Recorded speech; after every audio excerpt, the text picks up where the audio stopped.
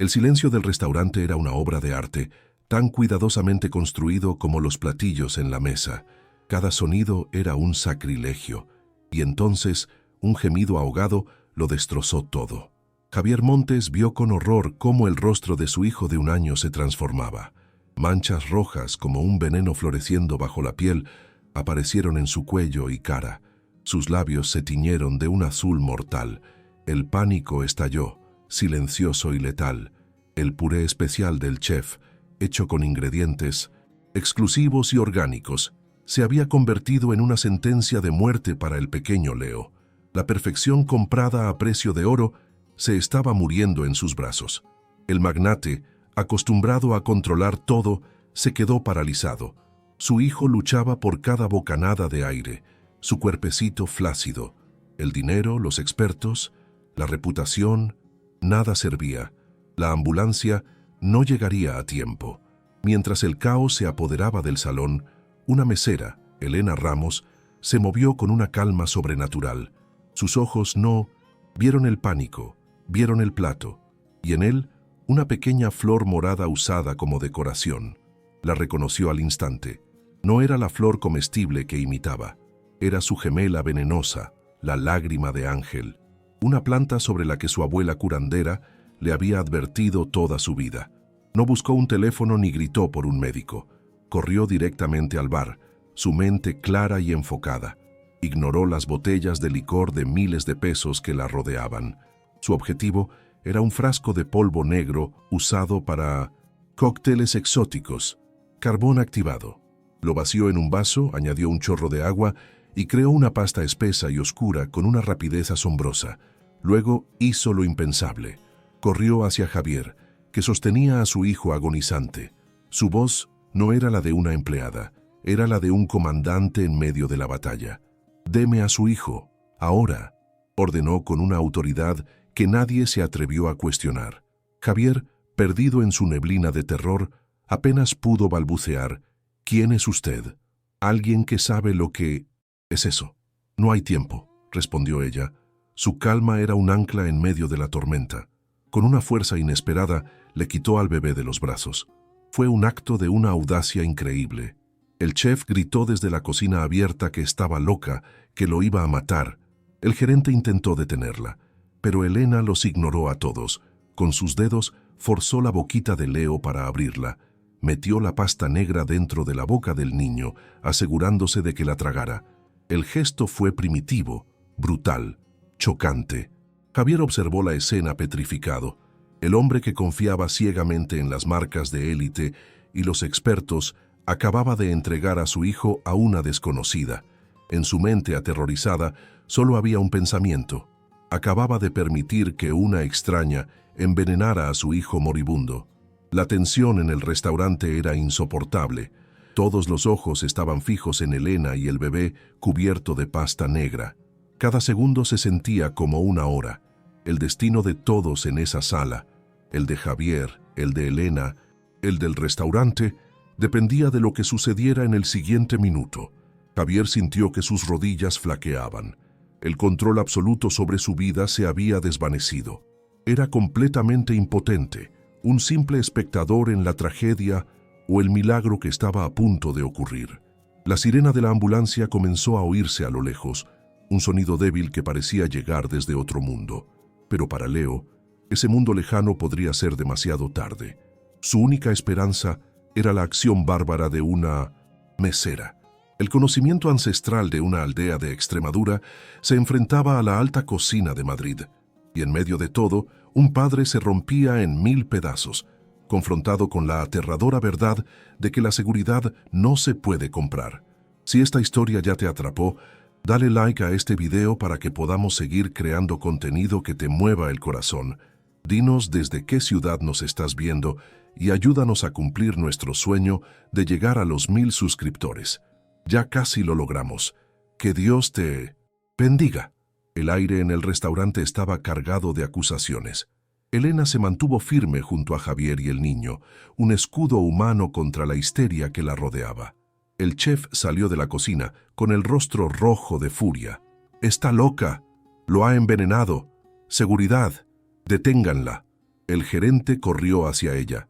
Su mente no estaba en el niño, sino en el inminente escándalo y la demanda multimillonaria. «Señorita Ramos, quédese quieta», ordenó, tratando a Elena como a una criminal. Javier no dijo nada. Estaba en shock, incapaz de procesar. ¿Había confiado en una salvadora o en una asesina? Los paramédicos irrumpieron en el salón. «¿Qué ha pasado?», preguntó el jefe, evaluando al niño rápidamente. «Reacción anafiláctica severa», gritó Javier. «Comió un puré, creemos que fue una flor, y ella le metió esta porquería negra en la boca», añadió el chef, señalando a Elena con un dedo acusador. El paramédico miró la boca de Leo, manchada de negro, y luego a Elena, incrédulo. Rápidamente, comenzaron a estabilizar a Leo, administrándole una inyección de epinefrina y conectándolo a oxígeno. Mientras lo preparaban para el traslado, el gerente tomó una decisión. «Señorita Ramos, vendrá con nosotros. La policía querrá hablar con usted». La trataron como a una sospechosa, escoltándola fuera bajo la mirada atónita de sus compañeros. Javier subió a la ambulancia con su hijo. Vio cómo metían a Elena en un coche de seguridad del hotel para que los siguiera. La incertidumbre era una tortura. En la ambulancia, el milagro comenzó a hacerse visible. El aterrador color azul de los labios de Leo empezó a retroceder. La hinchazón de su rostro comenzó a disminuir notablemente. Su respiración se hizo menos forzada, más regular. El paramédico lo observaba, perplejo. La epinefrina está funcionando, pero la recuperación es increíblemente rápida. «Nunca había visto algo así», murmuró a su compañero, revisando de nuevo los signos vitales de Leo. Llegaron al hospital. Leo fue llevado de inmediato a urgencias pediátricas. Javier corrió a su lado con el corazón en la garganta. Elena fue conducida a una pequeña sala de espera con 2 guardias del hotel vigilando la puerta. Estaba sola, asustada, pero segura de lo que había hecho. Pasó una hora que pareció un siglo. Javier esperaba noticias fuera de la sala de tratamiento, repasando la escena una y otra vez. La imagen de Elena, su calma, su autoridad, chocaba con la acusación del chef, con la lógica. Finalmente, la pediatra de urgencias, una mujer de rostro serio llamada doctora Salas, salió a hablar con él. «Señor Montes, su hijo está fuera de peligro», dijo, y Javier sintió que sus rodillas flaqueaban de alivio. «Ha sufrido una reacción anafiláctica muy severa, probablemente a una planta de la familia de las solanáceas. Tuvimos suerte», continuó la doctora. «La intervención temprana fue crucial. La epinefrina que le administraron los paramédicos le salvó la vida», dijo Javier, asintiendo. La doctora lo miró con una expresión curiosa. «Sí, la epinefrina fue vital, pero hay algo más. Encontramos restos de una sustancia en su estómago, carbón activado en grandes cantidades». Javier la miró, sin entender. «El carbón activado es el tratamiento de primera línea para muchos tipos de envenenamiento. Absorbe las toxinas antes de que el cuerpo pueda hacerlo». La doctora revisó sus notas. Quienquiera que le administrara esto, probablemente evitó un daño esofágico y sistémico mucho mayor. Le dio a la epinefrina el tiempo que necesitaba para actuar. «En resumen, señor Montes», dijo mirándolo fijamente, «esa pasta negra salvó la vida de su hijo». Las palabras cayeron sobre Javier con el peso de una revelación divina. No fue una locura, no fue un acto bárbaro, fue un milagro nacido del conocimiento ancestral de una mesera. La vergüenza lo inundó, una vergüenza tan profunda que casi lo ahoga. Había dudado de ella, había permitido que la trataran como a una criminal. Mientras él estaba paralizado por el pánico, ella había actuado. Mientras sus expertos de 3 estrellas Michelin habían envenenado a su hijo, ella lo había salvado. Dejó a la doctora y corrió por los pasillos del hospital con una nueva urgencia. Encontró la sala de espera donde tenían a Elena. 2 policías habían llegado y estaban empezando a interrogarla. «Señorita Ramos, tenemos que entender qué sustancia le dio al niño», decía uno de los oficiales. Elena lo miraba, intentando explicar con calma. «Es carbón. Mi abuela lo usaba». Javier irrumpió en la habitación sin aliento. «¡Alto!», dijo, su voz resonando con una autoridad que hizo que los policías se giraran. «Esta mujer no ha cometido ningún crimen, declaró, su voz temblando de emoción. Se acercó a Elena ignorando a los demás. Se paró frente a ella y con lágrimas corriendo por sus mejillas hizo la única pregunta que importaba. ¿Usted sabía? ¿Cómo lo sabía? La pregunta no era una acusación, era una súplica, una rendición. El Justice, colapso total de su visión del mundo. El punto más bajo de su arrogancia se había convertido en el primer paso de su humildad. Elena lo miró, y en sus ojos tranquilos, Javier vio una sabiduría que no se podía comprar, ni medir, ni poner en un menú de degustación. Era la sabiduría de la tierra, la sabiduría de una abuela, y había salvado a su hijo. El chef y el gerente del restaurante, que habían llegado para presentar su declaración, observaban la escena desde la puerta, con la boca abierta. El mundo de la perfección calculada, de las apariencias y los precios desorbitados, acababa de ser puesto de rodillas por el conocimiento humilde de una mujer del campo. La batalla por la vida de Leo había terminado, pero la batalla por la redención de Javier apenas comenzaba. Las palabras de Javier resonaron en la pequeña sala del hospital. Esta mujer realizó un milagro. Los policías se miraron, confundidos. El gerente del restaurante palideció. Javier se giró hacia ellos y la furia justa que había estado contenida bajo capas de pánico y culpa finalmente explotó. «Ustedes», dijo señalando al gerente y al chef, «casi matan a mi hijo con sus flores exclusivas y su arrogancia, y luego se atrevieron a tratar como a una criminal a la única persona en esa maldita sala que tuvo el conocimiento y el coraje para salvarlo». Su voz era un trueno. «Quiero a mis abogados aquí en 5 minutos, y quiero que preparen 2 demandas, una contra el proveedor de sus ingredientes y otra contra este hotel por negligencia criminal y difamación». El gerente y el chef retrocedieron como si los hubiera golpeado. El miedo reemplazó a la arrogancia en sus rostros. Luego, Javier se volvió hacia los policías. «Y en cuanto a ustedes, su interrogatorio ha terminado. Esta mujer es mi invitada, y si alguien intenta molestarla de nuevo, se las verá conmigo». La transformación era total. El hombre pasivo que confiaba en las etiquetas de precio había desaparecido. En su lugar, había un padre león, protegiendo ferozmente a su hijo y a la mujer que lo había salvado. Despidió a los policías y a los empleados del hotel con una mirada. Se quedaron solos él y Elena. «No sé cómo darle las gracias», dijo él, su voz finalmente quebrándose. «Usted salvó lo único que me importa en el mundo. Y yo dejé que la trataran como...». «Usted estaba asustado», lo interrumpió ella con una simpleza que lo desarmó. Cualquier padre lo habría estado. Esa compasión inesperada, esa ausencia de rencor, fue el golpe de gracia para el viejo Javier. Le pidió que le contara. ¿Cómo sabía? Y Elena le habló de su infancia en Extremadura, de su abuela, de las caminatas por el campo aprendiendo sobre plantas. Le habló de una sabiduría que no venía de los libros, sino de la tierra, de un conocimiento pasado de madre a hija durante generaciones. Javier la escuchó, fascinado. Se dio cuenta de que había estado viviendo en una burbuja, creyendo que todo lo valioso era caro, y venía con un certificado. Esa noche, cuando Leo dormía plácidamente en la cuna del hospital, Javier tomó una decisión. Llamó a su equipo legal. «Retiren la demanda contra el hotel, pero congelen todas mis cuentas con ellos, y quiero que investiguen a fondo a ese proveedor de flores orgánicas». La investigación no tardó en dar frutos. El proveedor, una empresa de moda que vendía productos gourmet sin el conocimiento adecuado, había estado mezclando la flor tóxica con la comestible por pura ignorancia. Eran idénticas para un ojo inexperto. El escándalo sacudió el mundo de la alta gastronomía. El restaurante de 3 estrellas Michelin cerró temporalmente. La reputación del chef quedó manchada. Pero la historia que emergió de las cenizas no fue la del fracaso del restaurante, fue la historia de la mesera heroína.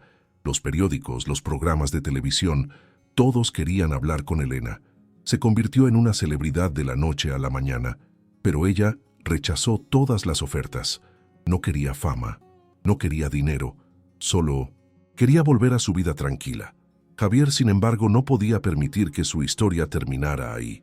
Se dio cuenta de que lo que había pasado no era un accidente aislado, era un síntoma de un problema mayor. Un mundo que se había desconectado tanto de la naturaleza que ya no podía distinguir un alimento de un veneno. Un mundo que había despreciado la sabiduría tradicional en favor de las tendencias de moda.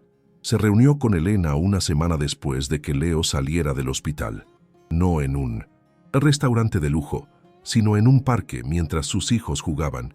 Elena, lo que usted tiene, ese conocimiento, es demasiado valioso para que se pierda, dijo él. Miles de abuelas como la suya, en pueblos de toda España, tienen esta sabiduría y se está muriendo con ellas. Quiero ayudar a preservarlo, continuó, su voz llena de una nueva pasión. Quiero crear un lugar donde ese conocimiento pueda ser catalogado, estudiado y compartido. Quiero unir la sabiduría de nuestras abuelas con la ciencia moderna. Probar sus remedios, entender por qué funcionan, crear un puente entre el pasado y el futuro. Le propuso su idea, el Instituto Montes de Etnobotánica Aplicada. Y quiero que usted lo dirija, Elena, que sea la presidenta. Su historia, su conocimiento, es la piedra angular de todo esto. Elena lo miró sin palabras. El hombre que una semana antes representaba todo lo que ella no era, el lujo, la superficialidad, ahora le estaba ofreciendo el sueño de su vida. Un sueño que ni siquiera se había atrevido a soñar. ¿Te está gustando esta historia? Tu like nos ayuda mucho a continuar. Deja un me gusta y suscríbete al canal para no perderte el desenlace. Ahora continuamos con el video. Ella aceptó, y así comenzó la asociación más improbable de Madrid. Javier se deshizo de sus acciones en empresas tecnológicas y de inversión. Vendió su enorme y fría mansión. Invirtió toda su fortuna y su energía en el instituto. Compraron una vieja finca en las afueras de la ciudad y la transformaron. Construyeron laboratorios de última generación junto a invernaderos donde crecían plantas medicinales olvidadas. Contrataron a científicos y botánicos, pero también a un equipo de investigadoras de campo, mujeres que viajaban a pueblos remotos para sentarse en las cocinas de las ancianas, escuchando y grabando sus historias. Crearon un banco de datos monumental, un arca de Noé de la sabiduría popular. Javier encontró un nuevo propósito. Ya no se trataba de hacer más dinero, se trataba de construir un legado. Y Elena encontró su verdadera vocación. Se convirtió en una voz respetada, una defensora de un conocimiento que había sido ridiculizado durante mucho tiempo. La transformación de Javier fue completa. El hombre que había confiado ciegamente en las etiquetas de precio, ahora buscaba el valor en las raíces, en la tierra, en la memoria de la gente. Había aprendido, de la manera más brutal posible, que la sabiduría más vital no siempre viene con un título o un certificado. A veces viene en la voz de una abuela y a veces te salva la vida en la forma de una pasta negra, servida por las manos valientes de una mesera. Los años que siguieron fueron de una construcción febril y apasionada. El Instituto Montes se convirtió en una institución respetada, un puente entre dos mundos que rara vez se hablaban, la ciencia de vanguardia y la sabiduría ancestral. Javier ya no era un inversor, era un constructor. Pasaba sus días no en salas de juntas, sino supervisando la construcción de nuevos laboratorios o caminando por los jardines botánicos con Elena, aprendiendo los nombres de plantas que nunca supo que existían. Elena floreció. Su timidez natural dio paso a una confianza tranquila. Viajó por todo el país y luego por el mundo, sentándose con curanderas, parteras y abuelas, recopilando un tesoro de conocimiento que estaba a punto de desaparecer. Se convirtió en una oradora carismática, capaz de explicar la ciencia detrás de un remedio casero, con la misma facilidad con la que contaba la historia de la mujer que se lo había enseñado. Su relación con Javier se profundizó, convirtiéndose en una amistad sólida, cimentada en el respeto y un propósito común. Eran socios, confidentes, los pilares de un proyecto que era más grande que ellos mismos.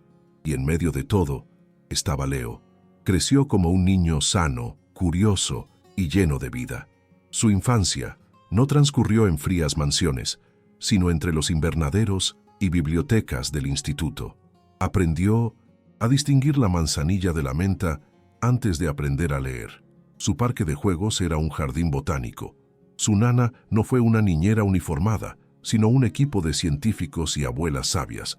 Javier se aseguró de que Leo nunca olvidara la historia que le dio una segunda oportunidad. Le enseñó a respetar la naturaleza, a escuchar a los mayores, a entender que el conocimiento más valioso a menudo no hace ruido. El instituto tuvo un impacto real. Sus investigaciones llevaron al desarrollo de nuevos medicamentos basados en compuestos vegetales. Sus bases de datos ayudaron a prevenir intoxicaciones, identificando plantas tóxicas que a menudo se confundían con especies comestibles. Salvaron vidas, tal como Elena había salvado a Leo. 5 años después del incidente en el restaurante, un auditorio universitario lleno hasta el tope, Elena estaba en el escenario, dando la conferencia principal en un simposio internacional de etnobotánica. Hablaba con pasión sobre los últimos descubrimientos del instituto, sobre un estudio que validaba científicamente las propiedades antiinflamatorias de una raíz usada durante siglos en los Pirineos. Era una visión de elegancia y autoridad. Su vestido no era de alta costura, pero estaba diseñado y confeccionado en los talleres de otra fundación que había creado, una cooperativa de moda para madres solteras. En la primera fila, Javier la observaba. No había rastro del hombre tenso y arrogante de antes. Su rostro estaba relajado, lleno de una paz que nunca había conocido. A su lado, un niño de 6 años, sano y lleno de energía, masticaba una manzana. Era Leo. En la pantalla gigante detrás de Elena apareció la foto de una hermosa flor morada, la lágrima de ángel. Leo se inclinó hacia su padre y le susurró al oído, su vocecita clara y segura. «Esa flor es bonita, papá, pero no podemos comerla». Javier le revolvió el pelo, con el corazón lleno de una emoción que ya no era dolor, sino una gratitud inmensa. El niño había aprendido la lección que casi le cuesta la vida, la misma lección que le había dado un nuevo y profundo propósito a la vida de su padre. Javier ya no construía imperios de dinero, construía un legado de sabiduría. Había aprendido que la verdadera riqueza no estaba en poseer las cosas más caras, sino en preservar las cosas más valiosas, y que la seguridad más importante no provenía de una marca de lujo, sino de la capacidad de reconocer la verdad, sin importar cuán humilde o inesperada fuera su fuente. ¿Qué te ha parecido el final de esta historia? ¿Crees que nuestra sociedad moderna ha perdido una conexión vital con el conocimiento tradicional y la naturaleza? Deja un like si crees que la sabiduría de nuestros mayores es un tesoro que debemos proteger. Suscríbete para más historias que nos recuerdan que a veces las respuestas más importantes no están en un laboratorio, sino en el jardín de una abuela. Y comenta «La sabiduría cura» si este final te ha dejado una semilla de esperanza. Nos vemos en el próximo video.